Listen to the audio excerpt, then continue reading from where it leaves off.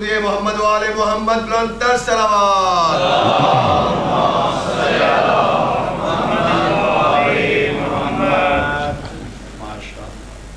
اعوذ باللہ من الشیطان الرجیم بسم اللہ الرحمن الرحیم الحمد للہ الذی نور قلوب العارفین بنور معرفتہ وأثبت فؤاد أنبيائه وأوليائه بقصص الأنبياء والمرسلين وأكمل إيمان المسلمين والمؤمنين بولاية علي أمير المؤمنين عليه السلام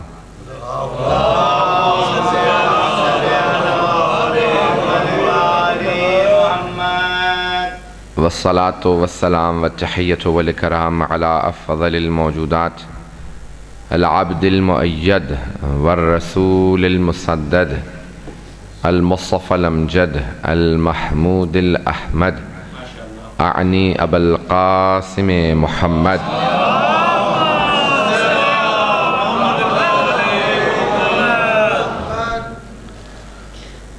وعلى روحه ونفسه وسحره ووسيه سيد الأتقياء والأصفياء مولى الموالي إمام المتقين علي بن أبي طالب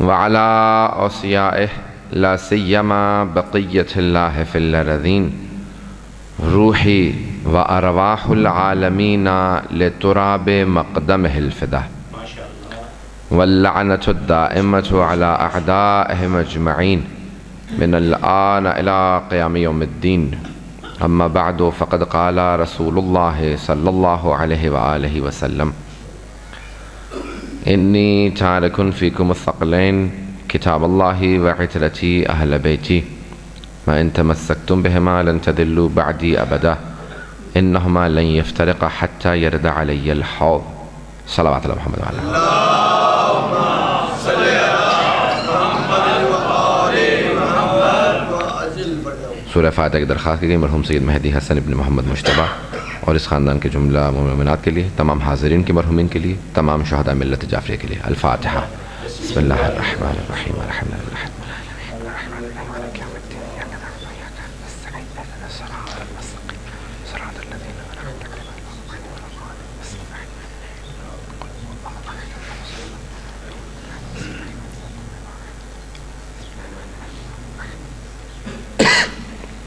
دعائے صحت کی درخواست کی گئی ہے جناب سید قائم کاظمی جو شدید علیل ہیں اور جتنے بھی مومنات مریض ہیں ان سب کی شفا یابی کے لیے مومنین کی پریشانیوں کی دوری کے لیے مقامات مقدسہ کی حفاظت کے لیے اور اپنی اپنی دعاؤں کی استجابت کے لیے 5 مرتبہ مل کے میرے ساتھ اما یجیب پڑھیں گے بسم اللہ الرحمن الرحیم أَمَّن يُجِيبُ الْمُضْطَرَّ إِذَا دَعَاهُ وَيَكْشِفُ السُّوءَ أَمَّن يُجِيبُ الْمُضْطَرَّ إِذَا دَعَاهُ وَيَكْشِفُ السُّوءَ أَمَّن يُجِيبُ الْمُضْطَرَّ إِذَا دَعَاهُ وَيَكْشِفُ السُّوءَ أَمَّن يُجِيبُ الْمُضْطَرَّ إِذَا دَعَاهُ وَيَكْشِفُ السُّوءَ أَمَّن يُجِيبُ الْمُضْطَرَّ إِذَا دَعَاهُ وَيَكْشِفُ السُّوءَ صلوات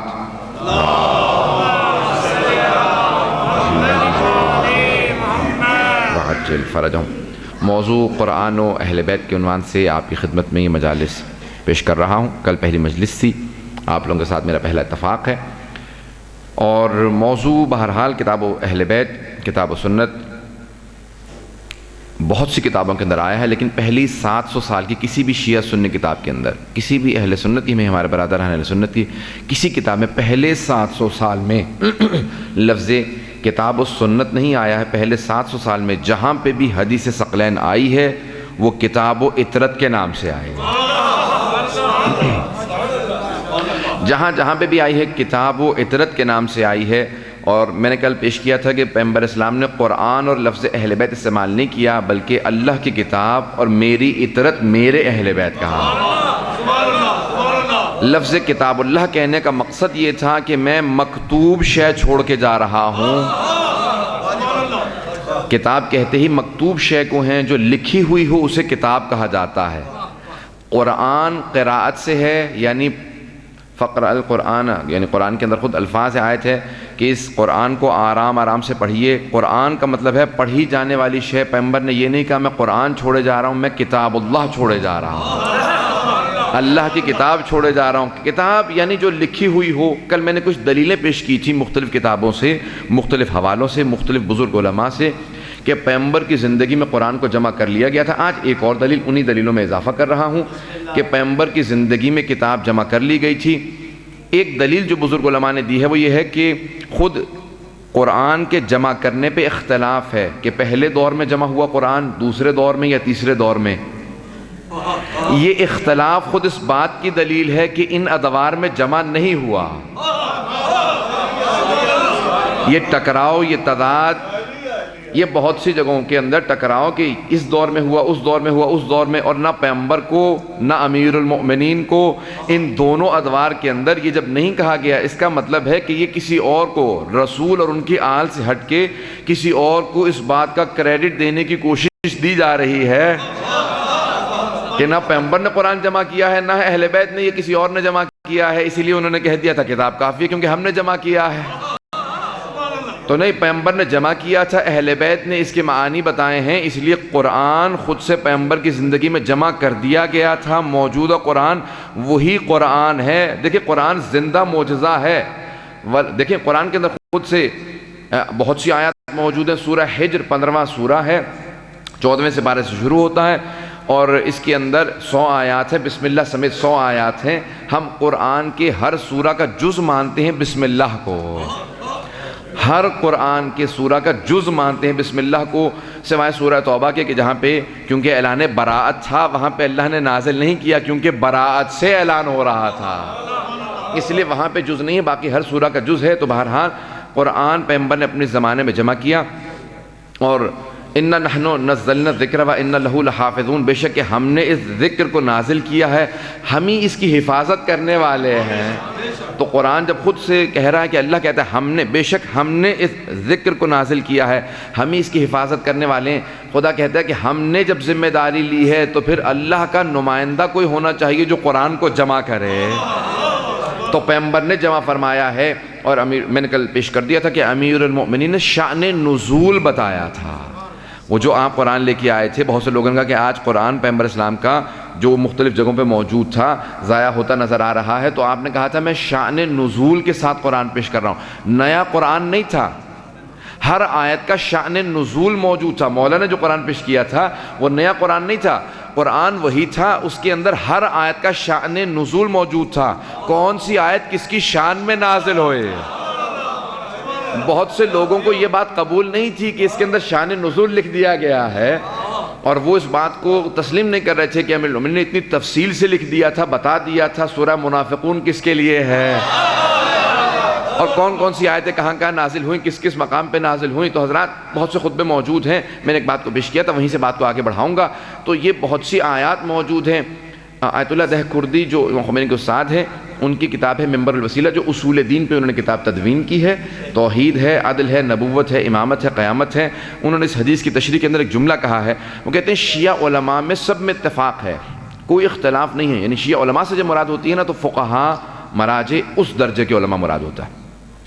کہ شیعہ علماء میں اس بات پہ اتفاق ہے کہ امام معصوم یعنی پیغمبر اور ان کی آل افضل ہیں قرآن سے، توجہ ہے؟ وہ فرماتے ہیں کہ اس بات پہ اتفاق ہے شیعہ علماء میں، عطیہ دہکردی کہتے ہیں اپنی کتاب کے اندر کہ، اور نصوص موجود ہیں، میں تفصیل سے پوری مجلس اس موضوع پہ نہیں پڑھوں گا، صرف چند دلیلیں پیش کروں گا اور بات کو آگے بڑھا دوں گا۔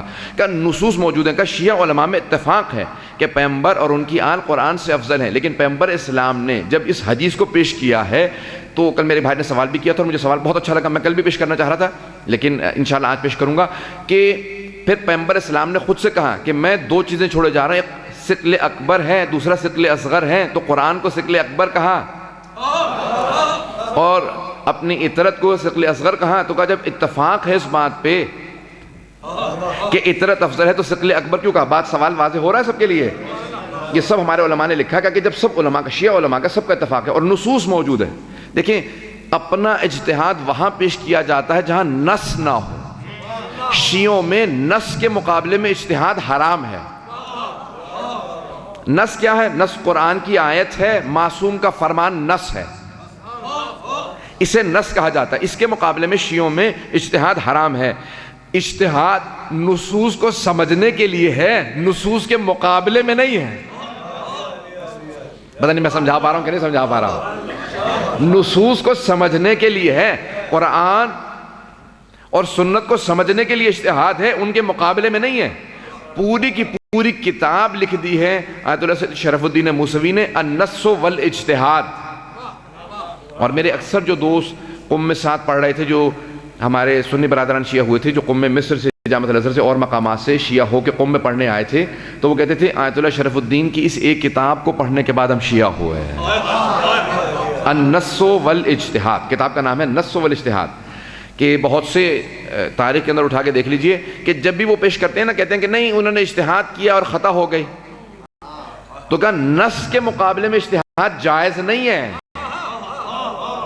قرآن کے مقابلے میں اجتہاد جائز نہیں ہے. امام کے مقابلے میں اجتہاد ذاتی رائے کا نام نہیں ہے. شاید مرزا غالب نے اسی مقام کے لیے کہا تھا،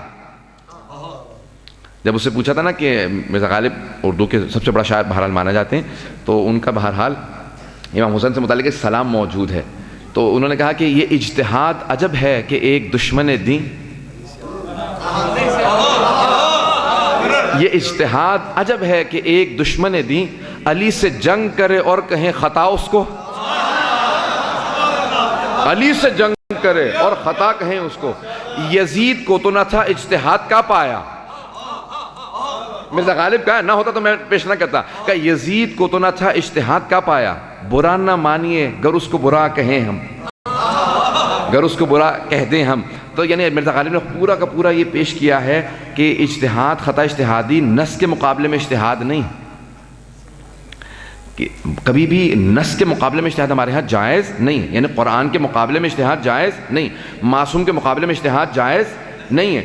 اب آئیں نصوص جو میں پیش کرنا چاہ رہا ہوں، ایک پہلی چند دلیلیں پیش کروں گا، اس کے بعد میں آگے بڑھ جاؤں گا کہ اہل بیت علیہ السلام افضل ہیں قرآن سے. کیا پہلی دلیل؟ خود سے مولا متقیان کے مقابلے میں جب 400 قرآن نیزوں پہ بلند کر دیے گئے جنگ صفین میں، تو بہت سے آپ کے ماننے والوں نے کہا یا علی سامنے قرآن موجود ہے اور آپ آگے بڑھنے کی باتیں کر رہے ہیں. کہا یہ قرآن صامت ہے، میں قرآن ناطق ہوں.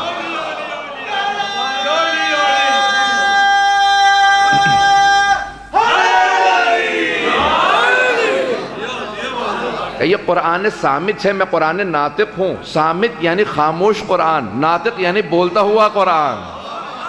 صامت قرآن ہے، قرآن ناطق ہے، بولتا ہوا قرآن. حضرات ہمارا عقیدہ یہ ہے، اگر اہل بیت کو لکھی ہوئی شکل و صورت میں دیکھنا ہے تو قرآن کو دیکھ لو، اور قرآن کو انسانی شکل میں دیکھنا ہے تو اہل بیت کو. تو پیغمبر اور ان کی آل لکھا ہوا نہیں بلکہ بولتا ہوا قرآن ہے. تو حضرات بولتا ہوا قرآن ہے، تو یہ ایک دلیل ہے جو میں نے پیش کی ہے. آئیں ذرا قرآن سے ایک دلیل پیش کر دیتا ہوں اور پھر ایک تیسری دلیل پیش کروں گا اہل بیت کی فضیلت پہ. اگر اس کے بعد بھی بات واضح نہ ہو تو پھر میں اور دلیلیں پیش کروں گا. اگر آپ لوگ قائل ہو گئے تو میں تیسری دلیل کے بعد بات کو آگے بڑھا دوں گا. تو ایک دلیل میں نے پیش کی ہے، دو دلیلیں اور پیش کرنا سننا چاہ رہے ہیں حضرات؟ آئیں ذرا حضرات دو دلیلیں اور پیش کرنا چاہتا ہوں. دو دلیلیں کیا ہیں؟ دوسری خود سے قرآن کہتا ہے کہ سنوریہم آیاتنا فی الآفاق وفی انفسہم حتی یتبین لہم انہ الحق. اللہ کہتا ہے کہ میں ان سب کو سب انسانوں کو اپنی نشانیاں دکھاؤں گا.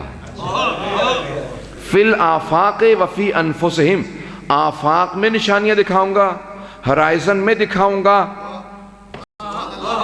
یا آپ کی سادہ زبان میں کہوں کہ خاموش نشانیاں دکھاؤں گا. افق پہ نشانیاں یعنی کبھی سورج دکھاؤں گا، چاند دکھاؤں گا، ستارے دکھاؤں گا، یہ بھی میری نشانیاں ہیں لیکن یہ خاموش نشانیاں.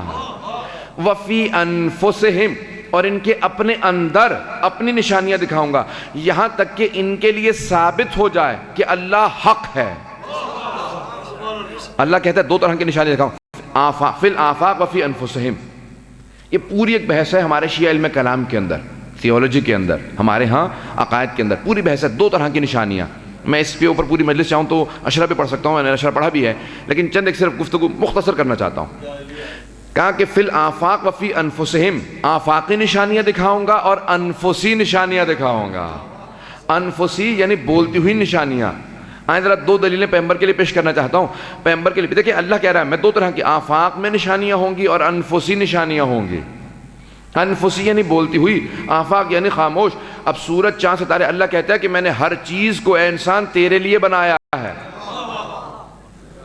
ایک صرف حدیث قدسی پیش کر رہا ہوں، بات کو آگے بڑھاؤں گا. کہا کہ یا ایھا الانسان خلقت الاشیاء لاجلک، میں نے ہر چیز کو تیرے لیے بنایا.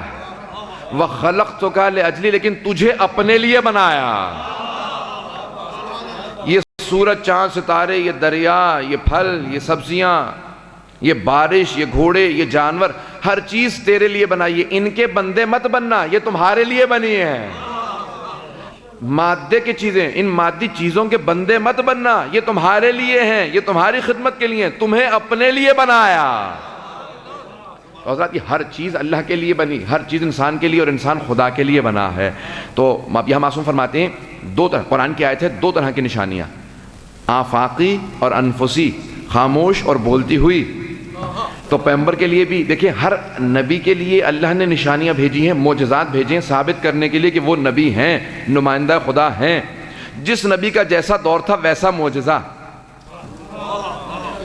تو جیسا معجزہ تھا، ایک دلیل پیش کر دوں پھر اس بعد واپس اسی کے اوپر آؤں گا. ایک اور دلیل یہاں پہ میں نے کہا 3 دلیلیں پیش کروں گا، پہلے اس دلیل کو پیش کر دیتا ہوں، پھر یہ دوسری دلیل جو میں نے شروع کی ہے. ہر نبی کے دور میں ان کے زمانے کے حساب سے معجزہ آیا تھا. جناب موسیٰ کے زمانے میں جادو کا زور تھا، سحر کا زور تھا، تو اللہ نے 2 معجزات دے کے بھیجا. ایک ید بیضا، اپنی جیب میں ہاتھ ڈالتے تھے تو نور نکلتا تھا. دوسرا عصا 2 اژدہا میں بدل جاتا تھا. توجہ ہے نا. جناب عیسیٰ کے زمانے میں اللہ نے کیا معجزہ دیا؟ ایک تو وہ ٹھوکر لگاتے تھے قم بإذن ربک کی، مردے کو زندہ کر دیتے تھے. اور ہاتھ کبھی کسی بیمار پہ ہاتھ لگاتے تھے، نابینا کو ہاتھ لگاتے بینائی آ جاتی تھی، بہرے کو ہاتھ لگاتے شنوائی آ جاتی تھی، گونگے کو ہاتھ لگاتے اس پہ گویائی آ جاتی تھی. تو حضرات یہ معجزات ان انبیاء کے تھے. انبیاء افضل تھے. پتہ نہیں بات واضح ہو سکے کہ نہیں. وہ معجزات ان انبیاء کی نبوت ثابت کرنے کے لیے تھے. انبیاء اپنے معجزوں سے افضل تھے. وہ معجزات ان انبیاء کے لیے تھے. پیغمبر کی نبوت آج تک باقی ہے، اس لیے ان کا ایک معجزہ آج تک باقی ہے جس کا نام قرآن ہے. تو قرآن پیغمبر کی نبوت ثابت کرنے کے لیے تھا، پیغمبر افضل تھے. 2 دلیلیں ہو گئی ہیں. پیغمبر کا ایک معجزہ قرآن ہے، ایک معجزہ پیغمبر کا قرآن ہے جو ان کی نبوت کے اس بات کے لیے تھا. البتہ مسلمانوں کا ایک گروہ ایسا ہے جو کہتا ہے پیغمبر کی کوئی معاذ اللہ حقیقت نہیں ہے، کوئی حیثیت نہیں ہے، وہ صرف قرآن پہنچانے آئے تھے. تشیع کا نظریہ یہ نہیں ہے، بلکہ اکثر مسلمانوں کا نظریہ یہ نہیں ہے. وہ کہتے ہیں خود پیغمبر ایک بولتا ہوا زندہ جیتا جاگتا قرآن ہے. تو حضرات میں اس دلیل پہ واپس آ رہا ہوں جو دوسری دلیل، 2 دلیلیں میں پیش کر چکا ہوں آپ کے سامنے کہ پیغمبر کا ایک معجزہ ہے اس لیے پیغمبر افضل ہیں. اور اگر پیغمبر افضل ہیں تو جو نفس پیغمبر ہے، جو نفس پیغمبر ہے وہ بھی قرآن سے افضل ہیں اور ہمارے ائمہ علیہ السلام. اب آئیں ذرا تیسری دلیل دوبارہ واپس لے کے آ رہا ہوں. تو 2 طرح کے معجزے ہیں، آفاقی اور انفسی، خاموش معجزات اور زندہ. پیغمبر کے زمانے میں 2 چیزوں کا بہت زور تھا. مجمع کی توجہ ہے نا میرے ساتھ؟ موضوع قرآن و اہل بیت ذہن میں رکھیے گا، میرا متصل ہوں، کبھی بھی موضوع سے خارج نہیں ہوں گا، وعدہ کرتا ہوں آپ سے. تو پیغمبر کے زمانے میں 2 چیزوں کا زور تھا. عربوں کو اپنی زبان پہ بڑا ناز تھا. وہ کہتے تھے ہماری زبان دوسروں سے بہتر ہے، ہم عربی زبان میں بات کرتے ہیں. اور دوسرا اپنی تلوار زنی پہ بہت ناز تھا. مجمع کی توجہ ہو. دوسرا تلوار زنی پہ، نسلوں میں کشت و کشتار جاری رہتا تھا، قتل و غارت جاری رہتا تھا. اس بات پہ لڑتے کہ تیرے دادا نے میرے دادا کو گالی دی تھی اس لیے تم سب کو قتل کرنے کے لیے آئے. چھوٹی چھوٹی باتوں پہ قتل کرتے تھے. قتل و غارت 2 باتوں پہ بڑا ناز تھا، تلوار زنی پہ اور اپنی زبان پہ. اللہ نے کہا میرے حبیب ان کی دونوں باتوں کا جواب دے کے بھیج رہا ہوں. ان کی زبان کا جواب قرآن ہے، ان کی تلوار کا جواب علی ہے.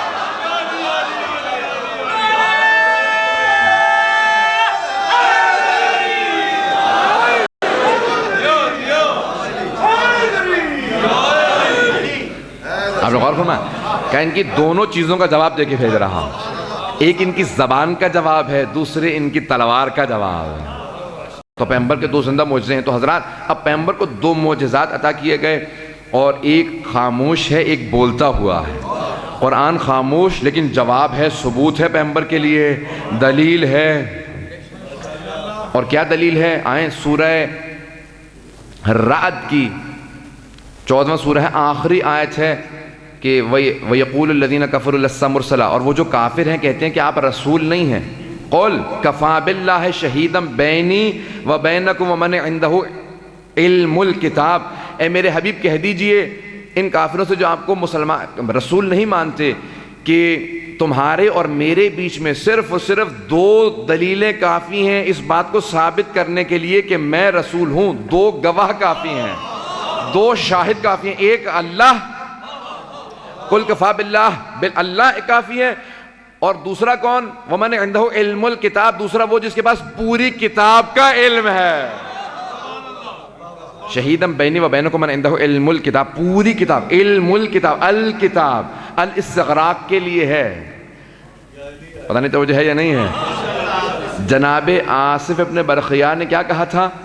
جناب آصف ابن برخیہ نے کہا تھا کہ میں پلک جھپکنے کی مدت، میں تفصیلات میں نہیں جا رہا ہوں، واقعہ سب کے ذہنوں میں ہوگا، پلک جھپکنے کی مدت سے پہلے تخت بلقیس کو لے آؤں گا۔ قال ومن قال عنده علم من الکتاب، علم من الکتاب ہے وہاں پہ آیا کہ کتاب کا کچھ علم تھا، من تبعیدیہ ہے، کتاب کا کچھ علم تھا۔ اس نے کہا میں پلک جھپکنے کی مدت سے پہلے تخت بلقیس لا دوں گا۔ تو چھٹے امام سے پوچھا کہ مولا جناب سلیمان خود نہیں تخت بلقیس لا سکتے تھے؟ کیا جناب سلیمان خود تخت بلقیس نہیں لا سکتے تھے؟ کہا لا سکتے تھے۔ تو کہا پھر جناب آصف سے کیوں کہا؟ کہ وہ چاہتے یہ تھے کہ ان کی امت پہ ان کے وصی کا مقام ثابت ہو جائے۔ کہ وہ جانتے تھے لا سکتے تھے لیکن چاہتے تھے ان کی امت پہ واضح ہو جائے کہ ان کا وصی کون ہے۔ تو کہا وصی نے کہا جس کے پاس کتاب کا کچھ علم تھا، کچھ علم تھا، پورا علم نہیں تھا۔ چھٹے امام سے 5ویں امام سے پوچھا کہ کتنا علم تھا؟ کہا 73 اسماء اعظم ہیں، 73 اسماء اعظم ہے، حق الیقین میں ہے، اصول کافی میں ہے، بہار الانوار میں ہے، بہت سی اور کتابوں کے اندر روایت موجود ہے، ذمہ داری سے پیش کر رہا ہوں، مستند روایت ہے۔ علامہ مجلسی نے میرات العقول میں بھی لکھی ہے تشریح میں کہ مستند روایت کا 73 اسماء اعظم ہیں۔ آصف اپنے برخیہ کے پاس ایک اسم اعظم تھا جو پلک جھپکنے کی مدت سے پہلے تخت بلقیس کو لے آئے۔ کہ ہم اہل بیت کے پاس 73 میں سے 72 اسماء اعظم ہیں۔ کہ وہ جو ایک اللہ نے ہمیں نہیں دیا اس نے فرق رکھا کہ وہ خالق ہے، ہم مخلوق ہیں۔ ایک کا فرق رکھا کہ وہ خالق ہے، ہم مخلوق ہیں۔ کہ 73 میں سے 72 اسماء اعظم ہمارے پاس ہیں۔ کہ ایک اسم اعظم تھا پلک جھپکنے کی مدت سے پہلے لے آئے۔ کہ ہمارے جد علی کے پاس 72 اسماء اعظم، تو 72 اسماء اعظم پیش کیا۔ تو حضرات یہاں پہ جو دلیل پیش کر رہے ہیں، کہا ایک وہ جس کے پاس پوری کتاب کا علم ہے، پوری کتاب کا علم ہے، وہ دلیل کے طور پہ، اگر کوئی اور دلیل اور ثبوت نہ ہوتا پیغمبر کی رسالت کو ثابت کرنے کے لیے تو ایک علی کافی تھے۔ اس آیت کی روح سے پیش کر رہا ہوں سورہ رات کے لیے، کہ کوئی اور دلیل نہ ہوتی تو علی بن ابی طالب دلیل کے طور پہ کافی تھے۔ تو توجہ اگر مجمع کی ہوگی تو اب یہاں پہ کہا ایک خاموش دلیل ہے اور ایک بولتی ہوئی دلیل ہے پیغمبر کے لیے۔ اگر بات ذہن میں ہو، میں نے کہا قرآن و اہل بیت کو ذہن میں رکھیے گا، تو ایک بولتی ہوئی دلیل اور ایک خاموش۔ خاموش قرآن ہے، بولتے ہوئے علی ہے۔ اب پیغمبر اسلام چلے گئے، امیر المومنین کو بھی دو ثبوت چاہیے۔ پتہ نہیں کچھ لوگ پہنچ رہے ہیں، کچھ کو مجھے پہنچانا پڑے گا، انگلی پکڑ کے بھی چلانا آتا ہے مجھے۔ حضرات مجمع کی توجہ ہو، پیغمبر کے لیے 2 دلیلیں پیش کی نا، اللہ نے کہا میں نے 2 دلیلیں رکھی ہیں، خاموش آفاقی دلیل اور انفسی۔ آفاقی خاموش ہے، انفسی بولتی ہوئی دلیل ہے۔ تو کہا پیغمبر کے لیے 2 دلیلیں، قرآن اور علی۔ قرآن خاموش ہے، علی بولتے ہوئے، تو کہا پیغمبر اسلام چلے گئے، اب علی کو بھی 2 دلیلیں چاہیے۔ خاموش تو قرآن ہے، بولتے ہوئے حسن مجتبیٰ، اب امام حسن مجتبیٰ کو بھی 2 دلیلیں چاہیے۔ خاموش قرآن ہے، بولتے ہوئے حسین، اب امام حسین کو بھی 2 دلیلیں چاہیے۔ خاموش قرآن ہے، بولتے ہوئے امام سجاد، یہاں تک کہ 12ویں امام کی نوبت آئے گی، انہیں بھی 2 دلیلیں چاہیے، ایک تو قرآن ہے، دوسرے حضرت عیسیٰ۔ اسی لیے اللہ نے ان کو باقی رکھا کہ نازل ہوں گے، گواہی دیں گے کہ میں بولتا ہوا دلیل اور ثبوت ہوں اس کی امامت کے لیے. اسی لیے ایک کو اللہ نے اٹھا لیا ہے. یہ دلیلیں بولتی ہوئی اور خاموش ہر جگہ باقی رہیں گی. توجہ ہے نا مجمع کی؟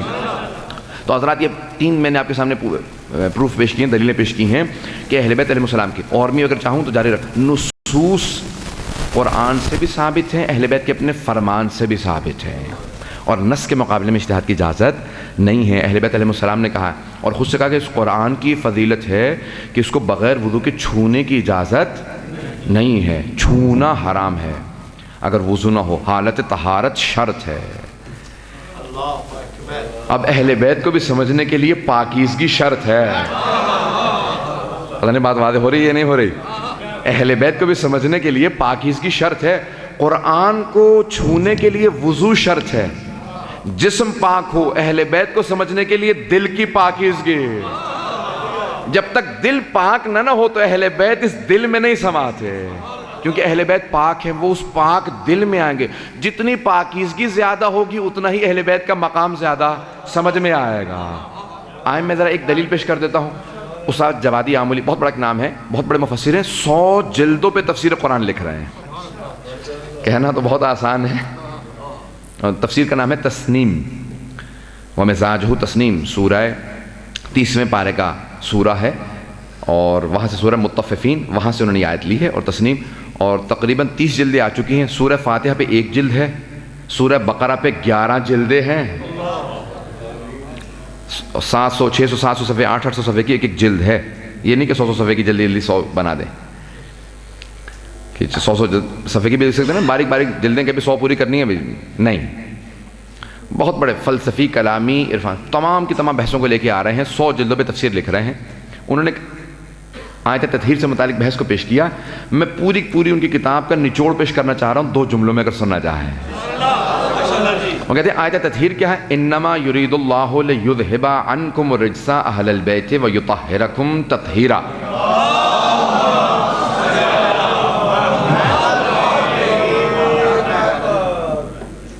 آیت تطہیر کو کیسے پیش کیا؟ وہ کہتے ہیں کہ انما یرید اللہ لیذھب عنکم الرجس. پوری بحث ہے، مجھے صرف چند مطالب وہاں سے پیش کرنے ہیں، اگر آپ چاہیں گے تو میں جاری رکھوں گا قرآن و اہل بیت کے عنوان سے. وہ کہتے ہیں کہ آیت میں ارشاد باری تعالیٰ ہوتا ہے کہ انما یرید اللہ لیذھب عنکم الرجس اہل البیت. اے اہل بیت، اللہ یہ چاہتا ہے کہ رجس کو آپ سے دور رکھے. بہت سے لوگ پہنچ رہے ہیں، توجہ مجمع کی ہو. اللہ فرماتا ہے کہ اے اہل بیت، میں رجس کو آپ سے دور رکھنا چاہتا ہوں. رجس کو انما یرید اللہ لیذھب عنکم الرجس. اے اہل بیت، اللہ بس یہ چاہتا ہے کہ آپ سے رجس کو دور رکھے. میں کچھ لوگ پہنچ رہے ہیں. یہ نہیں کہا کہ اے اہل بیت، اللہ آپ کو رجس سے دور رکھنا چاہتا. اگر اللہ یہ کہتا نا کہ میں اے اہل بیت آپ کو رجس سے دور رکھوں گا، سارے مجمع کی توجہ، اگر اللہ یہ فرماتا ہے نا کہ اے اہل بیت میں آپ کو دور رکھوں گا رجس سے، تو مفہوم یہ نکلتا اہل بیت جانے کی کوشش کریں گے رجس کی طرف، لیکن اللہ دور رکھے گا. لیکن اللہ نے فرمایا اے اہل بیت میں رجس کو دور رکھوں گا، یعنی رجس آنے کی کوشش کرے گا، میں رجس کو آپ سے دور رکھوں گا. تو ایک بات ثابت ہو گئی کہ جو بھی اہل بیت سے دور ہو وہ رجس ہے.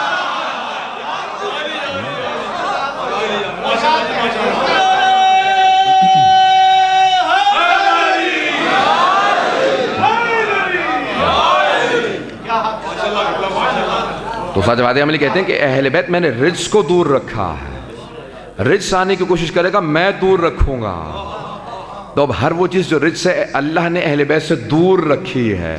یہ پاک و پاکیزہ ہیں حضرات. جتنا پاک ہوتے چلے جائیں گے اتنا قریب ہوتے چلے جائیں گے اہل بیت سے، اتنا قریب ہوتے چلے جائیں گے، کیونکہ اللہ نے رجس کو دور رکھا. میں ایک آپ کے سامنے قرآن کی آیت سے استدلال پیش کرنا چاہتا ہوں اہل بیت علیہ السلام کی پاکیزگی کے لیے. ویسے تو قرآن میں 10 آیات آئی ہیں، قرآن میں 10 مقامات پہ آیا ہے لفظ رجس، جس کا میں ترجمہ ہی نہیں کر رہا ہوں. جو بھی ترجمہ کر لیجیے گا محدود ہے، اور لفظ رجس بڑا وسیع ہے. اللہ کہہ رہا ہے میں نے ہر طرح کا رجس دور رکھا. پتہ نہیں میں واضح کر پا رہا ہوں کہ نہیں؟ اللہ کہہ رہا ہے میں نے ہر طرح کا رجس اہل بیت سے دور رکھا. رجس جس کا میں ترجمہ نہیں کر رہا. بہت سے لوگوں نے لکھا نجاست ہے رجس، کچھ نے لکھا پلیدگی ہے، کچھ نے لکھا غلاظت ہے، کچھ نے لکھا جہالت ہے. حضرات یہ سارے ترجمے محدود ہیں.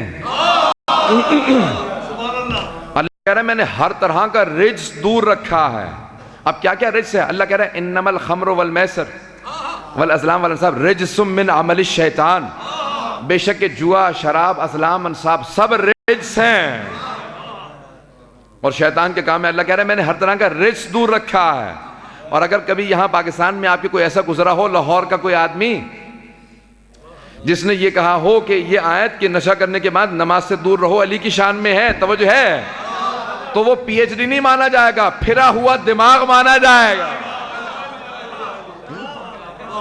اس کو سمجھ میں ہی نہیں آیا. اللہ کہہ رہا ہے میں نے رجس کو دور رکھا ہے اہل بیت علیہ السلام سے. پتہ نہیں توجہ ہے یا نہیں؟ میں نے رجس کو دور رکھا ہے. تو اللہ کہہ رہا ہے شراب، جوا، ازلام، انصاب یہ سب رجس ہیں، میں نے رجس دور رکھے ہیں. ایک اور آیت پیش کر دوں. اللہ کہہ رہا ہے فَاجْتَنِبُوا رِجْسًا مِنَ الْأَوْثَانِ وَاجْتَنِبُوا قَوْلَ الزُّورِ. دو اور اللہ نے رجس یہاں پیش کیے ہیں.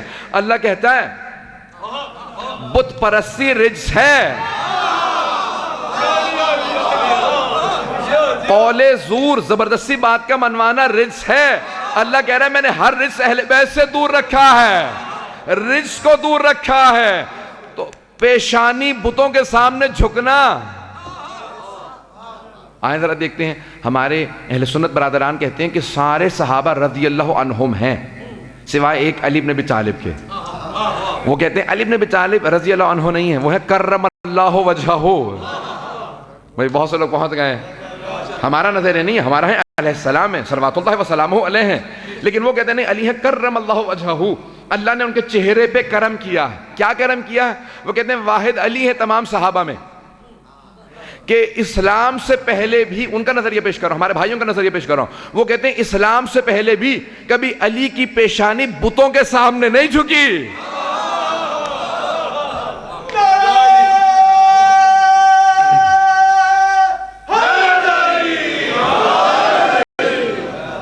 وہ کہتے ہیں واحد پیشانی ہے علی کی، اسلام سے پہلے بھی کبھی بتوں کے سامنے نہیں جھکی. علی کی پیشانی یہ اللہ نے ان کے چہرے پہ کرم کیا ہے. توجہ ہے یا نہیں ہے؟ اللہ کہہ رہا ہے بت پرستی رجس ہے، تو اللہ نے رجس کو دور رکھا ہے نا. وہ پہنچ رہے ہیں لوگ، پہنچ رہے ہیں. اللہ نے رجس کو دور رکھا ہے تو بت پرستی رجس ہے. تو اب جہاں جہاں پہ بت پرستی نظر آئے یا سمجھ لو اہل بیت نہیں ہے یا بت پرستی رجس نہیں ہے. اور قرآن کہہ رہا ہے کہ نہیں بت پرستی رجس ہے.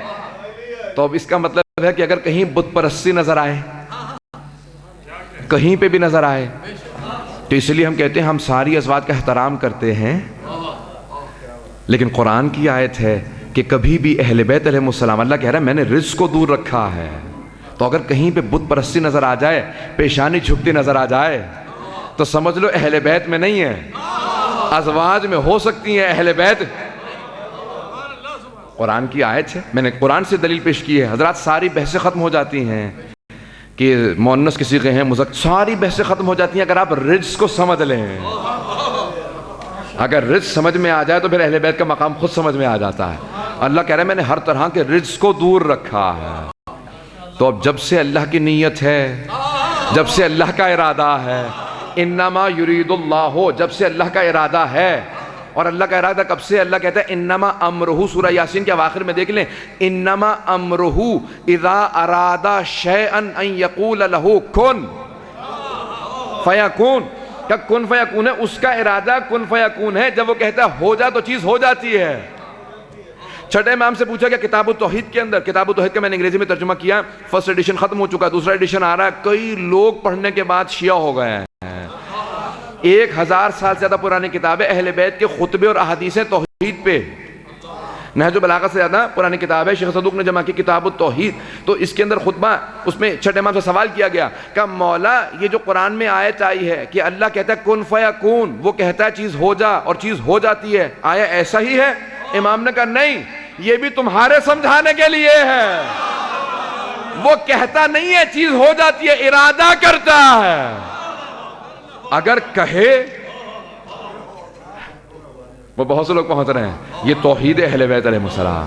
ایسی توحید سمجھائی اہل بیت نے کہ اگر کہے کون ہو جا اور ہو تو پھر ارادہ کیا ہے؟ ارادہ تو یہ ہے کہ وہ ارادہ کرتا ہے اور چیز ہو جاتی ہے. تمہارے سمجھانے کے لیے کہا ہے کہ وہ کہتا ہے ہو جا اور چیز ہو جاتی ہے، کہ کہتا نہیں ہے، وہ ارادہ کرتا اور چیز ہو جاتی ہے جس چیز کو. اب اس کا ارادہ یہ ہے انما یرید اللہ لیذھب عنکم الرجس. اس کا ارادہ یہ ہے کہ اہل بیت سے رجس کو دور رکھے. اب سوچئے کتنا دور رکھا ہوگا. اس کا ارادہ ہے. حضرات قرآن و اہل بیت اگر ذہن میں رکھیں، اس کا ارادہ یہ ہے کہ اہل بیت علیہ السلام سے رجس کو دور رکھے. اور جب قرآن کی آیتیں نازل ہوئی نا، یہی آیت تطہیر نازل ہوئی، تو پیغمبر نے تعارف کروایا. مجمع کی توجہ ہو میرے ساتھ. پیغمبر نے تعارف کروایا اور سب نے لکھا. آپ پاکستان میں تو عام طور سے نعت سننے میں آتی ہے، اے کالی کملی والے جس پہ لاکھوں سلام. یہ کالے رنگ سے کوئی بے وجہ کا کچڑ رکھنے کی ضرورت ہی نہیں ہے. پیغمبر صاحب ہمیشہ کالی ابا لیا کرتے تھے، اس لیے ہمارے ہاں 3 بلکہ 4 چیزیں ایام اضحیٰ نہ بھی ہوں تب بھی مکروہ نہیں ہے. ایام اضحیٰ کے اندر تو اپنی جگہ پہ ثواب ہے کالے رنگ کا، لیکن اس کے علاوہ ہمارے ہاں مکروہ ہے. لیکن 4 چیزیں کالی پورے سال پہنتے رہیے مکروہ نہیں ہے. ایک امامہ، کالی ابا، کیونکہ پیغمبر ہمیشہ کالی ابا لیا کرتے تھے. یہ کالی کملی والے وہیں سے آئے نا. اور کالے موزے اور کالا رومال، یہ 4 چیزیں. اس کے علاوہ جوتے اور سب چیزیں مکروہ. بہرحال مجھے اس کی تفصیلات میں نہیں. صرف ایام اضحیٰ غم کی علامت ہے. ہمارے اہل بیت علیہ السلام نے، ہمارے جو ائمہ اہل بیت ہیں، انہوں نے کہا غم کی علامت ہے سیاہ رنگ، اس لیے ہم کالے کپڑے پہنتے ہیں محرم میں، سفر میں. یہ ائمہ علیہ السلام کی شہادات پہ. حضرات توجہ کیجیے گا. پیغمبر اسلام نے اپنے کالی ابا اڑھائی اور کہا اللہم ان ہؤلاء اہل بیتی.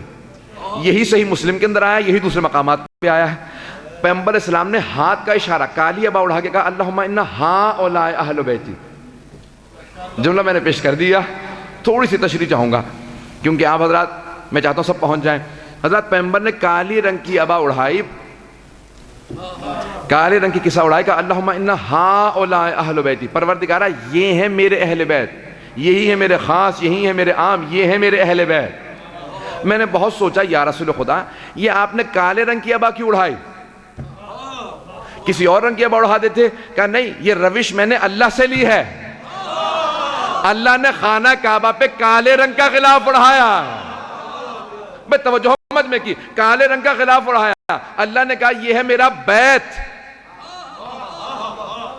توجہ ہو، ساری مسجد الحرام اللہ کا حرم ہے. لفظ حرم کو ذہن میں رکھیے گا. ساری مسجد الحرام حرم ہے. اللہ نے کہا یہ ہے میرا بیت. کالا غلاف اڑھا کے کہا یہ ہے میرا بیت. رسول خدا نے کہا یہ ہے حرم، یہ ہے اہل بیت. کہ حرم اور ہیں، اہل بیت اور ہیں. کہ کالے رنگ کی اللہ کی روش کو اپنایا. اللہم ان ہؤلاء اہل بیتی. پروردگارہ یہ ہے میرے اہل بیت. اور جب تعارف کروا دیا تو جناب جبرائیل نے سوال کیا، ملائکہ نے سوال کیا، یا رب من ہم، پروردگارہ کون ہے یہ؟ تو کہا ہم فاطمہ تو و ابوہا و بعلہا و بنوہا.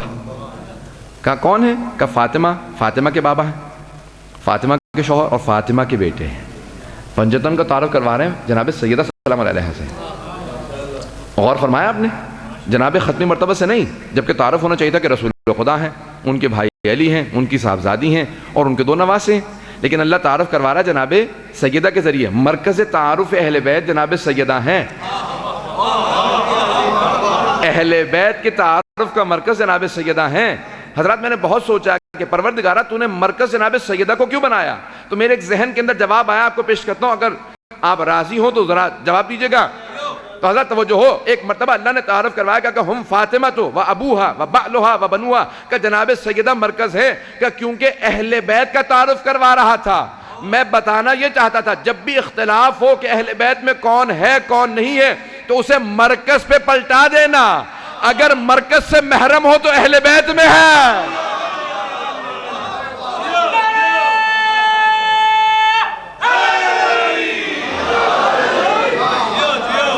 اگر مرکز سے محرم ہو تو اہل بیت میں ہے، اور اگر مرکز سے محرم نہ ہو تو اہل بیت سے خارج ہے. پیغمبر اسلام سے، امیر المؤمنین سے، امام حسن حسین سے بہت سے رشتے جوڑ لیں گے، کہیں گے ہم بھی اہل بیت میں ہیں. کہ نہیں، لیکن مرکز جناب سیدہ کو قرار دیا ہے. اہل بیت علیہ السلام کے تعارف کا مرکز جناب سیدہ ہے.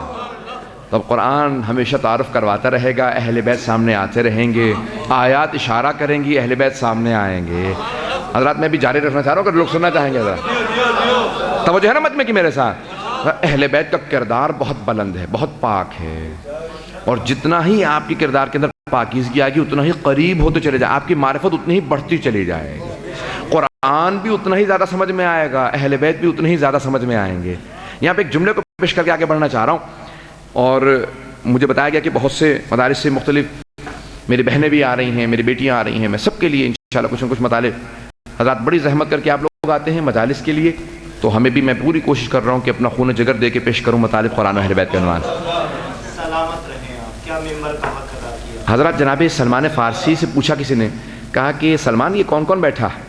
تو جناب سلمان نے اشارہ کر کے کہا وہ تو وہ ہے، اور وہ ہے، اور یہ جو بیٹھے انہیں میں نہیں جانتا.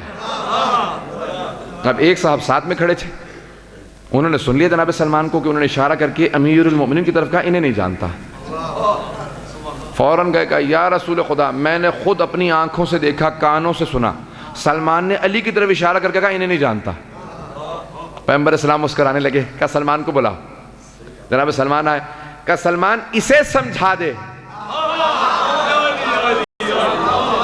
پہنچ رہے ہیں بہت سے بزرگ، بہت اچھا تھا، آپ بہت اچھا سن رہے ہیں. یہ نہیں کہا مجھے سمجھا دے، اگر فرماتے نا مجھے سمجھاتے تو پھر یہ عصمت سے کم بات ہے، کیونکہ آپ سمجھ رہے تھے کہ کیوں کہا. تقاضا عصمت کچھ اور ہے. کہ سلمان اسے سمجھا دے کیوں کہا کہ علی کو نہیں جانتے. کہ یا رسول خدا آپ ہی نے فرمایا ہے کہ اللہ کو کوئی نہیں جانتا سوائے آپ کے اور علی کے. آپ ہی نے فرمایا ہے کہ آپ کو کوئی نہیں جانتا سوائے اللہ کے اور علی کے، اور آپ ہی نے فرمایا کہ علی کو کوئی نہیں جانتا سوائے اللہ کے اور آپ کے. نہ میں اللہ ہوں نہ میں آپ. بس یہی اقرار کیا کہ میں علی کو نہیں جانتا. پیغمبر اسلام نے فوراً کہا اب سمجھ میں آیا کہ سلمان نے کیوں کہا میں علی کو نہیں جانتا. کہا یا رسول خدا یہ میرے ذہن میں بات نہیں آئی تھی. حضرات آپ نے توجہ کی نا، تو میں یہ پیش کرنا چاہ رہا ہوں کہ قرآن و اہل بیت کا مقام بہت زیادہ ہے. جتنا اندازہ لگاتے چلے جائیں گے نا، جتنا سوچیں گے، جہاں تک آپ کی پہنچ ہے اس سے بالاتر ہے قرآن و اہل بیت، اس سے بالاتر ہیں. بس ہم یہ سمجھے ہیں کہ ہم نہیں سمجھے، ہم یہ سمجھے ہیں کہ ہم نہیں سمجھے. جتنا ہم سمجھیں وہ اس سے زیادہ مقام رکھ قرآن و اہل بیت. حضرات یہ بہت مقام ہے. آئیں ذرا دیکھیں، میں ایک صرف مثال جو دینا چاہ رہا تھا کہ اہل بیت علیہ السلام فرماتے ہیں کہ جتنا ظلم سے دور ہوتے چلے جاؤ گے اتنا ہم سے قریب ہوتے چلے جاؤ گے، کیونکہ ظلم اہل بیت سے بہت دور ہے. یہاں تک کہ آپ امیر المؤمنین فرماتے ہیں کہ میرے دامن پہ اتنا بھی دھبا نہیں دکھا سکتے، ظلم کا اتنا سا دھبا نہیں دکھا سکتے کہ ایک چونٹی جب ایک گندم کا دانہ اپنے منہ میں اٹھا لے، آٹا کھانے کے بعد چھلکے کو پھینکنا چاہے، کہ اس سے پہلے کہ وہ چونٹی چھلکے کو اپنے منہ سے پھینک دے میں علی اس کے منہ سے نہیں نکالتا. پتہ نہیں واضح ہوئی بات یہ نہیں، بہت بڑا جملہ ہے کہ اس سے پہلے کہ وہ خود پھینک دے میں اس کے منہ سے نہیں نکالوں گا. اتنا سا بھی ظلم نہیں میرے دامن پہ دکھا سکتا کوئی. بہت بڑا ایک لبنان کا عیسائی رائٹر ہے جارج جورڈیک. جارج جورڈیک اس نے کتاب لکھی ہے پوری الصوت العدالت الانسانیہ، انگریزی میں ترجمہ ہے the voice of human justice, صدائے عدالت انسانی. وہ کہتا ہے انسانی عدالت کی آواز کا نام علی ہے. عیسائی ہے وہ کہتا ہے انسانی عدالت کی آواز کا نام علی ہے. وہ خود ہی کہتا ہے، وہ کہتا ہے تاریخ میں، کتاب کا نچوڑ پیش کر رہا ہوں، کہتا ہے تاریخ میں ظلم کی وجہ سے حکمران بہت سے ہیں جن کو مارا گیا ہے. شدت ظلم کی وجہ سے بہت سے تاریخ میں مورخین نے بہت سے حکمران لکھے ہیں جنہیں شدت ظلم کی وجہ سے قتل کر دیا گیا.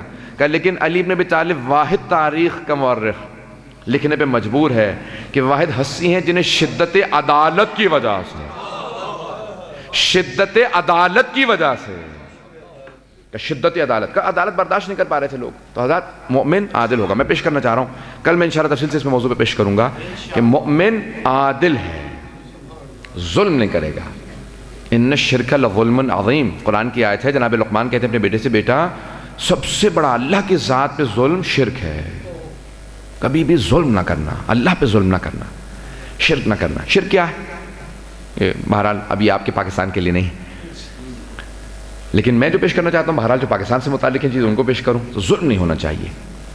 حاکم رعیت پہ ظلم نہ کرے، ایک بہت بڑا ظلم ہے. اب آپ کہیں گے ہمارے سے متعلق ہے، تو حکمرانوں کو سنا ہے. حتیٰ یہاں تک کہ انسان جو غضب کی آنکھ سے کسی کو دیکھتا ہے یہ بھی ظلم ہے. مولا سے پوچھا مولا یہ ظلم کیوں ہے؟ کہا کیونکہ انسان اس کو آنکھیں نکال کے دیکھتا ہے جو اپنے سے کمزور ہوتا ہے. کہا جو کمزور ہوتا ہے انسان اس کو آنکھیں نکال کے، کیونکہ اگر کوئی طاقتور ہو انسان اس کو جانتا ہے یہ میری آنکھیں نکال لے گا. بھی کسی انسان اپنے سے طاقتور کو دیکھے گا آنکھیں نکال کے، کہا یہ بھی میری آنکھیں نکال لے گا. کمزور کو دیکھتا ہے. علم نفسیات کی کتاب ایک مثال دی ہے، میں اس مثال کو پیش کے بات کو تمام کر رہا ہوں، مسائل پہ آ جاؤں گا. وہ کہتے ہیں کہ ایک دفتر کے اندر ایک باس تھا، اس نے اپنے محکوم کو کسی بات پہ ڈانٹا. کہا تم نے کام صحیح نہیں کیا، تمہیں کچھ آتا نہیں ہے، تم یہ ہو وہ. بیچارہ وہ کچھ نہیں کہہ سکا کہ نہیں یہ غلط، اتنی میری غلطی نہیں جتنا آپ نے ڈانٹ دیا. ہمارا غصہ اس کو بہت زیادہ تھا. اب وہ اس کا باس تھا، اس کو تو کچھ نہیں کہہ سکتا تھا. گھر میں آیا، اب سارا اس نے غصہ بیوی پہ نکال دیا. کھانا بنانا نہیں آتا، بچوں کی تربیت نہیں کرتی ہو، یہ نہیں کرتی ہو، وہ نہیں کرتی، گھر میں صفائی نہیں ہے. شروع اب اس نے کہا بھی جتنا کام پورے دن سے لگی ہوئی. بیوی نے کہا بھی شوہر کو تو کچھ نہیں کہہ سکتی، یہ پتہ نہیں کسی اور زمانے کی بات ہوگی، آج کل تو ہر طرح سے ظلم ہے. اس بیوی نے کیا کیا، اس نے بڑے بچے کو جا کے مارا. کہا ہمیشہ تو چھوٹے بھائیوں کو مارتے ہو، یہ کرتے ہو، وہ کرتے ہو. چھوٹے بھائی نے بڑے بھائی نے چھوٹے بھائی کو مارا، چھوٹے بھائی نے اس سے چھوٹے بھائی کو مارا. چھوٹے بھائی نے دیکھا بھی میں کسی کو نہیں مار سکتا، میں تو سب سے کمزور ہوں. اس نے کھلونا توڑ دیا. پتہ نہیں بات واضح ہو رہی ہے نہیں ہو رہی. سائیکالوجی کتاب سے مثال لے کے آیا ہوں. علم نفسیات میں پورا خلاصہ جو ہے وہاں میں نے کہا پوری کتابوں کا آپ کے سامنے خلاصہ پیش کرتا ہوں. اندازہ صرف وہی لگا سکتا ہے جو خود محقق ہو کہ اتنی میں آپ کے سامنے خون جگر پیش کر رہا ہوں.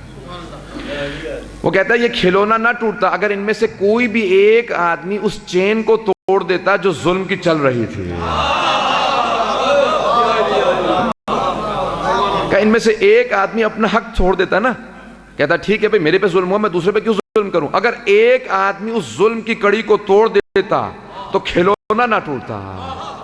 کہ اس بچے نے کھلونے کو اس لیے توڑا کہ وہ چاہتا تھا میں اپنے اوپر جو ظلم ہوا کس پہ نکالوں. یہ جو آپ پاکستان میں فرسٹریشن دیکھ رہے ہیں لوگوں کے اندر، اس سے اچھا میرے ذہن میں کوئی لفظ نہیں آ رہا تھا اردو کا، یہ جو آپ لوگوں کے اندر بے چینی دیکھ رہے ہیں، اضطراب دیکھ رہے ہیں، یہ اس ظلم کے نشانی ہے جو حاکم کر رہا ہے اور محکوم ایک دوسرے کے اوپر آگے اسے ظلم کی نشانیاں دکھا رہے ہیں. کوئی ایک آدمی تو ہو نا جو اس کڑی کو توڑ دے. پتہ نہیں بات واضح کر پا رہا ہوں کہ نہیں کر پا رہا ہوں. کوئی ایک ایسا ہونا چاہیے جو اس کڑی کو توڑ دے تاکہ وہ کھلونے نہ ٹوٹیں جو بچے توڑ رہے ہیں. حضرات یہ ظلم نہیں، کبھی مومن کبھی ظلم نہیں کرے گا. ہمارے مولا کہتے ہیں کن مظلوما ولا تکن ظالما، اگر ہمارے ماننے والے ہو تو مظلوم بن جانا، ظالم نہ بننا، کیونکہ اہل بیت میں سب سے زیادہ ظلم ہوا. میں نے بات کو تمام کر دیا. تو اب جتنا بھی رکھیں ہر انسان خیال رکھے کہ میں ظلم نہ کروں، چاہے آنکھوں سے ہو، ہاتھ سے تو بہت زیادہ بڑھ جاتا ہے، لیکن آنکھ سے بھی ظلم نہ ہو. جتنی محبت، جتنی اہل بیت سے آپ کی محبت زیادہ ہوگی اتنا ظلم سے دور ہوتے چلے جائیے گا. حضرات آئیں ذرا میں ایک مثال پیش کرنا چاہتا ہوں امام زین العابدین کی زندگی سے.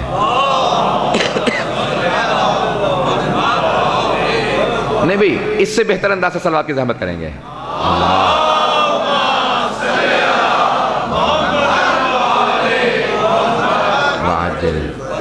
بات پہنچ رہی ہے حضرات تک؟ حضرات بے انتہا اہل بیت افضل ہیں. مولا سجاد ایک اونٹنی پہ سوار ہیں اور اونٹنی بہت زیادہ اٹکیلیاں کر رہی ہے. یہاں تک بعض روایات میں کہ وہ اونٹ اور گھوڑے بھی پہچانتے تھے، معرفت رکھتے تھے کہ ہم پہ امام ہے. اور وہ علامہ مجلسی نے حق الیقین میں لکھا کہ راہور ہو جاتا تھا جانور، بوڑھا نہیں ہوتا تھا.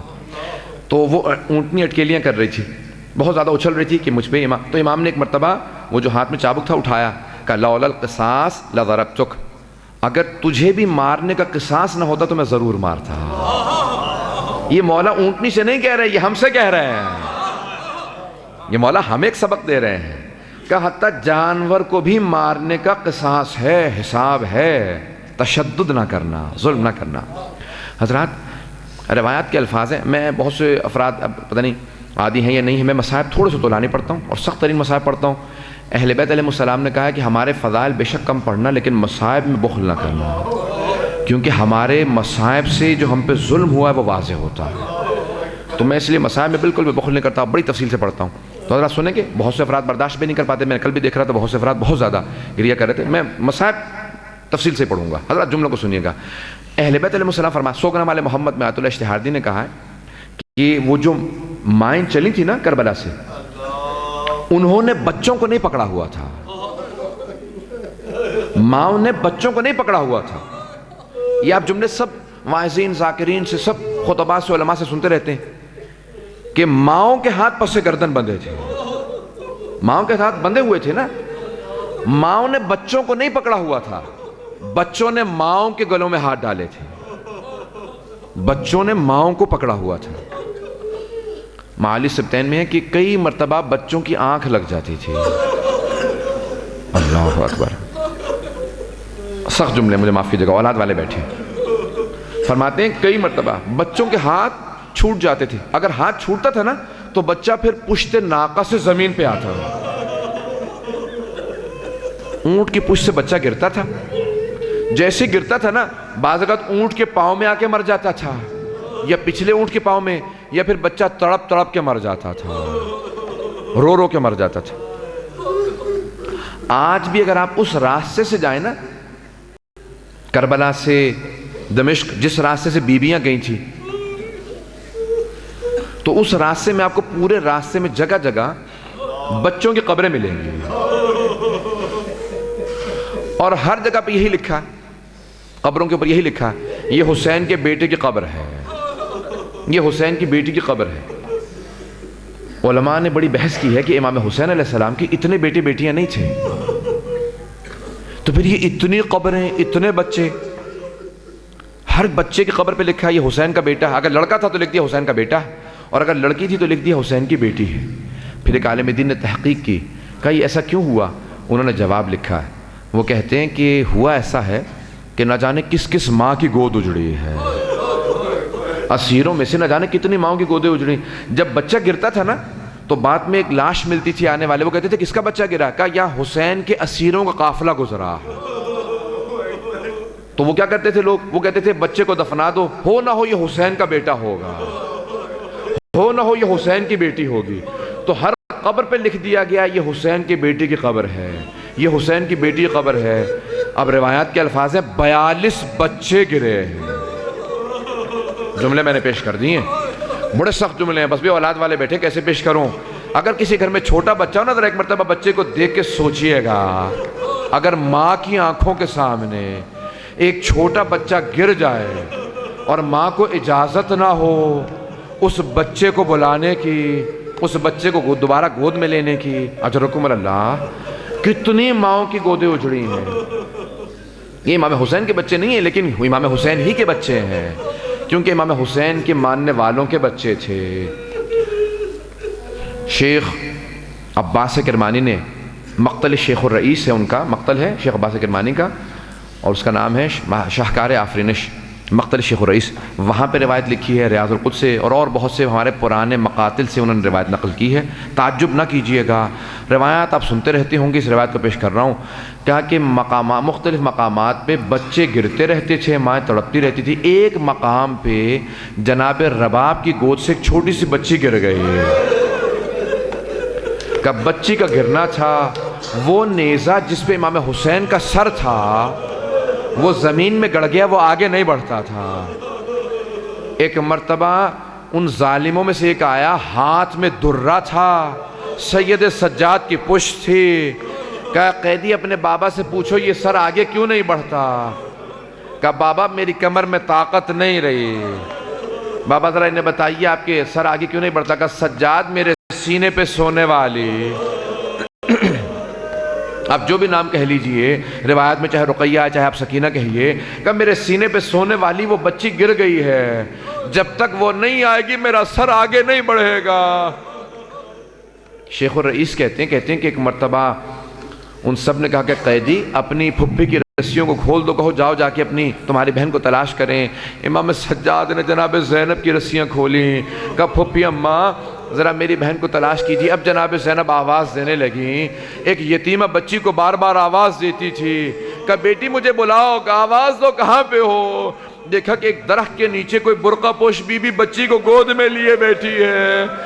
ایک مرتبہ کا آہستہ کہ یہ آپ کی بچی میرے پاس ہے، فوراً جناب زینب آگے بڑھی، کہا لا بچی کو مجھے دے دو، کہ یہ میرے مرحوم بھائی کی یتیمہ بچی ہے، کہ اس کے کانوں سے بہت خون بہا ہے، نہ جانے ظالم نے کتنے تماچے لگائے۔ بس میں بچی کو گود میں لیے آگے بڑھنے لگی۔ شیخ الرئیس کہتے ہیں کہ ایک مرتبہ جناب زینب پلٹیں، کہا کہ بی بی میں روز قیامت اپنی ماں زہرا سے آپ کی شفاعت کروں گی، میں کہوں گی اماں اس نے حسین کی بیٹی کو سنبھالا تھا جب سب لوگ پتھر مار رہے تھے، اس نے حسین کی یتیمہ بچی کو گود میں لیا۔ شیخ الرئیس کہتے ہیں ایک مرتبہ اس بی بی نے آواز دی، کہا زینب تم نے پہچانا نہیں؟ کہا نہیں میں نے نہیں پہچانا۔ کہا زینب میں تمہاری دکھیا ماں۔ بس میں ایک مرتبہ بی بی نے ایک مرتبہ کہا کہ میں حسین ابن علی کی ماں، پروردگارہ یہ کون سی ماں ہے جو اس طرح سے آئے؟ پروردگارہ کبھی ولایت کا انکار نہ کیجیے۔ کہ جملے میں نے کہا اس لیے میں پیش کر رہا ہوں، سخت جملے ہیں، اور میں نے کئی حوالے دے دیے ریاض القدس کا، شاہکار آفرینش کا۔ پروردگارہ ایک یتیمہ بچی اب لے کے واپس چلی، کہا بیٹی کیا بات ہے، کہاں رو رہی تھی؟ کہا پھوپھی اماں جب میں پشت ناقہ سے گری میں پکارنے لگی، میں نے بابا کو پکارا، کہا بابا میرے کانوں سے بہت خون بہا ہے، بابا مجھے بڑے تماچے لگے ہیں، بابا میں نے میدان کربلا میں چچا عباس کو بہت پکارا بابا لیکن چچا عباس نہیں آئے۔ ایک مرتبہ اس بی بی نے آگے بڑھ کے مجھے گود میں لیا، مجھے بٹھا کے پیار کیا، میں سو گئی۔ بس بھئی یتیم بچوں کو بڑی حسرت ہوتی ہے مجھے کوئی سینے سے لگائے۔ اجرکم اللہ، میں تمام کر دیتا، صرف ایک جملے کو پیش کر کے میں مصاحب کو ختم کرنا چاہتا ہوں۔ بس بھی آپ لوگ تھک گئے ہوں گے رو رو کے، مسلسل 10 دن روتے رہے، 2 ہفتے روتے رہے ہیں، یہ مسلسل رونا بڑا مشکل کام ہے، آنسو خشک ہو جاتے ہیں، سینے میں درد ہونے لگتا ہے، یہ مسلسل رونا جناب زینب کا کام ہے، یہ مسلسل رونا جناب سید سجاد کا کام ہے۔ میں اور آپ تو تھک جاتے ہیں، ہم سے کہاں رویا جاتا ہے مسلسل۔ اجرکم اللہ۔ بس بھئی راوی کہتا ہے کہ جب جناب مسلم کی شہادت کی خبر آئی تھی نا، تو امام حسین سفر میں تھے، مکے سے چل پڑے تھے، کربلا کے راستے میں تھے، خبر آئی 9 ذی الحجہ کو شہادت ہوئی جناب مسلم کی۔ میں صرف ایک جملہ پیش کر کے تمام کر رہا ہوں۔ راوی کہتا ہے خبر آئی، امام حسین نے کہا اے عباس یہیں خیمے نصب کر دو، آج رات ہم یہیں پہ رکیں گے۔ ایک مرتبہ آوازی کا عباس ذرا میری بہنوں کو بلا دو۔ جناب زینب کبریٰ مولا کی آنکھوں میں آنسو دیکھے گا، بھیا کیا بات ہے؟ کہا کہ کوفے سے بڑی بری خبر آئی ہے، بہن زینب ذرا میری بہن رقیہ کو بلا دو۔ اب ایک مرتبہ جناب زینب کبریٰ بلانے گئیں کہ رقیہ بھائی نے بلایا ہے۔ جناب رقیہ کی 2 یتیمہ بچیاں جناب مسلم کی بیٹیاں جناب عاتقہ دونوں ساتھ تھیں۔ ایک مرتبہ دونوں کو کہا کہ ماموں نے بلایا میرے ساتھ چلو۔ دونوں بیٹیوں کی انگلی پکڑی، جناب رقیہ امام حسین کی بارگاہ میں آئیں۔ جیسے امام حسین نے بہن کو دیکھا نا، کھڑے ہوئے، ایک مرتبہ اپنا شفقت کا ہاتھ اپنی بھانجی کے سر پہ رکھا، جناب عاتقہ کے سر پہ ہاتھ رکھا۔ ہاشمی بچی تھی، سمجھ گئی، کہا ماموں جان میرے بابا کی خیریت ہے، میرے بابا خیریت سے۔ میرے مولا نے کہا بیٹی آج سے میں تیرا باپ ہوں، کہا بیٹی آج سے میں تیرا باپ ہوں۔ بچی نے فوراً توڑ کے کہا ماموں مجھے بتائیے میرے بابا کیسے ہیں؟ کہا کہ بیٹی آپ کے بابا کی شہادت ہو گئی۔ اب بچیاں تڑپ کے رونے لگیں۔ ایک مرتبہ آوازی کا بہن زینب ذرا میری صندوقچی لے کے آؤ۔ جناب زینب صندوقچی لے کے آئیں، جس جملے کے لیے میں نے زحمت دی ہے۔ ایک مرتبہ جناب زینب صندوقچی لے کے آئیں، میرے مولا نے 2 بالیاں نکالی۔ راوی کہتا ہے میرے مولا نے اپنے ہاتھوں سے جناب مسلم کی یتیمہ جناب عاتقہ کا کانوں میں بالیاں پہنائیں۔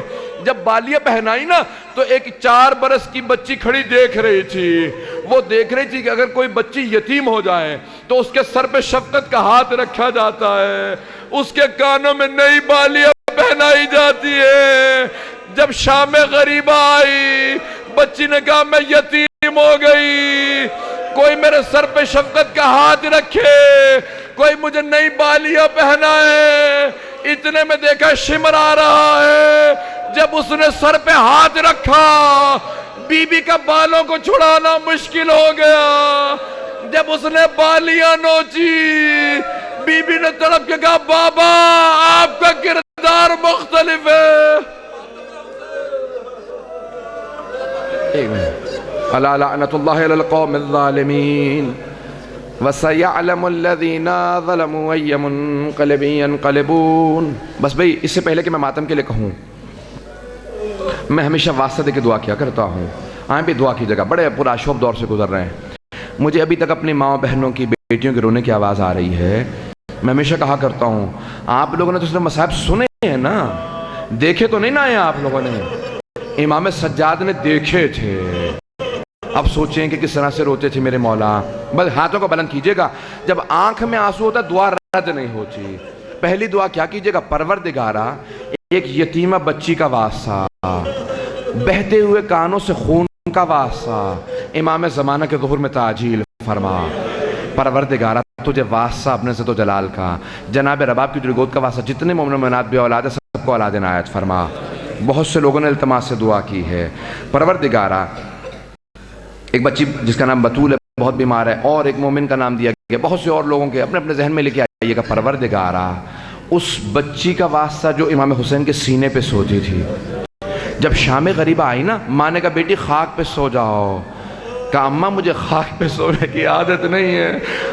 ایک مرتبہ جناب زینب کبریٰ نے جب پوچھا تھا نا کہ بہن رباب، بہن ام کلثوم ذرا دیکھ لو بچے سب ہیں.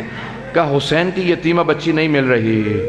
ایک مرتبہ آواز دی جناب زینب نے، تو کیا کہا تھا جناب سکینہ نے، جناب رقیہ بنت الحسین نے کیا کہا تھا؟ ایک ہی جملہ کہا تھا نا کہ پھپھی اماں جب میں مقتل میں اتری نا، میں نے بابا سے کہا بابا میرے کانوں سے خون بہ رہا ہے، بابا مجھے بلاؤ. تو کٹے ہوئے گلے سے آواز ہے الیہ الیہ یا بنیہ. پروردگار ہر باپ کو اولاد سے محبت ہوتی ہے، اور اگر حسین جیسا باپ ہو، سکینہ جیسی بیٹی ہو تو باپ کو بے انتہا محبت ہوتی ہے. پروردگارا اس بچی کے تماچے کھانے کا واسطہ ظلم کو ختم کر دے، ظلم کا خاتمہ فرما. پروردگارا پوری دنیا میں ظلم ہو رہا، پاکستان میں حالات خراب ہیں، عراق میں، افغانستان میں، پروردگارا شام میں، بحرین میں بہت حالات خراب ہیں. پروردگارا سب مومنین کی حفاظت فرما، ہمارے مقامات مقدسہ کی حفاظت فرما. پروردگارا بہت سے افراد نے التماس سے دعا کی، سب کی دعائیں مستجاب فرما، ہم سب کی عاقبت بخیر فرما. پروردگارا زندگی میں امام حسین کی زیارت نصیب فرما، آخرت میں امام حسین کی شفاعت نصیب فرما. پروردگارا بڑے گنہگار ہیں، ہماری گنہگار آنکھوں کو امام زمانہ کی زیارت نصیب فرما. اے صاحب الزمان امام حسین کے سینے کا واسطہ، ان زخموں کا واسطہ، ٹوٹی ہوئی پسلیوں کا واسطہ مولا ہمیں قبول فرما لیجئے. ایک نظر کرم اس مجمع پہ کر دیجئے. ربنا تقبل منا انك انت السميع العليم بحق محمد وآله الطيبين الطاهرين المعصومين. ماتم حسین یا حسین.